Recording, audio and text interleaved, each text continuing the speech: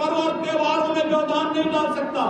लेकिन टीएमसी जैसी भ्रष्ट और बेईमान सरकारें जहां पर है वहां हिंदुओं को पर्व और त्योहार मनाने से रोका जाता है, मां दुर्गा की उपासना करने से, उनकी पूजा करने से रोका जाता है। और इसलिए हम सबको तय करना होगा, जो सरकार विकास करा रही है, ये बंगाल तो हमारा सांस्कृतिक राष्ट्रवाद का आधार रहा है। नेताजी सुभाष चंद्र बोस से लेकर के जगदीश चंद्र बसु से लेकर के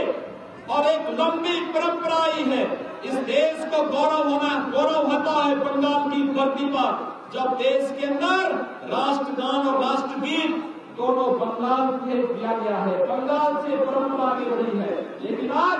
बंगाल की परंपरा को रोकने का कार्य यहाँ पर टीएमसी की सरकार के द्वारा किया जा रहा है। हम सबको समझना होगा, टीएमसी को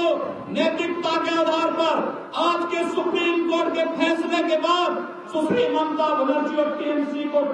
नैतिकता के आधार पर स्वयं सत्ता में बने रहने का कोई अधिकार नहीं होना चाहिए। और मैं सबसे आह्वान करूंगा, बंगाल की जनता से अनुरोध करूंगा,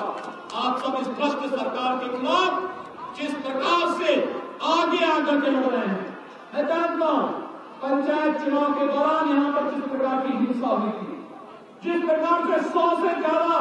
निर्दोष कार्यकर्ताओं की हत्या हुई थी और लगातार भारतीय जनता पार्टी के कार्यकर्ताओं पर हमले हो रहे हैं, इसका मुकाबला करना पड़ेगा। याद रखना, ये राजनीतिक आजादी बंगाल को फिर से लेनी पड़ेगी। बंगाल देश की स्वाधीनता का प्रतीक बना था और बंगाल को पुनः इस कुशासन के खिलाफ लड़ना पड़ेगा और इस कुशासन के खिलाफ अपना नैतिक समर्थन देने के लिए आज आपके पास आया हूं। हमारे राष्ट्रीय अध्यक्ष आदरणीय अमित शाह जी के कई कार्यक्रम यहाँ लगे, उनके कार्यक्रमों में भी व्यवधान डालने का प्रयास किया गया, लेकिन आपने बिना झुके बिना टिके टीएमसी के गुंडों से निपटते हुए कार्यक्रमों को जिस मजबूती के साथ किया है, आज भी मेरे हेलीकॉप्टर को करने की अनुमति नहीं दी। मैंने हेलीकॉप्टर पुरुलिया के ऊपर खूब उड़ाया,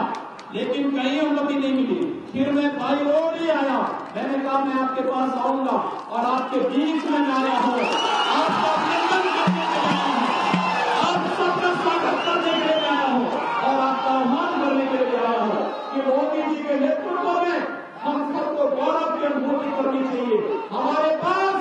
मोदी जी के नेतृत्व में एक वैश्विक मानचित्र पर भारत को दुनिया की महाशक्ति के रूप में स्थापित करने वाला एक यशस्वी नेतृत्व हमारे पास है। हम मोदी जी और कमल निशान पर विश्वास करके भारत को दुनिया की महाशक्ति के रूप में आगे बढ़ाने के लिए एक बार पुनः बंगाल को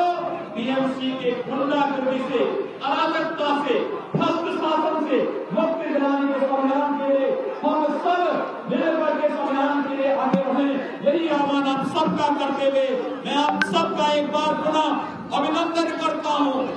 बंगाल की धरती को कोटि-कोटि नमन करता हूँ और आप सबके प्रति आपका स्वागत करते हुए वाणी को देता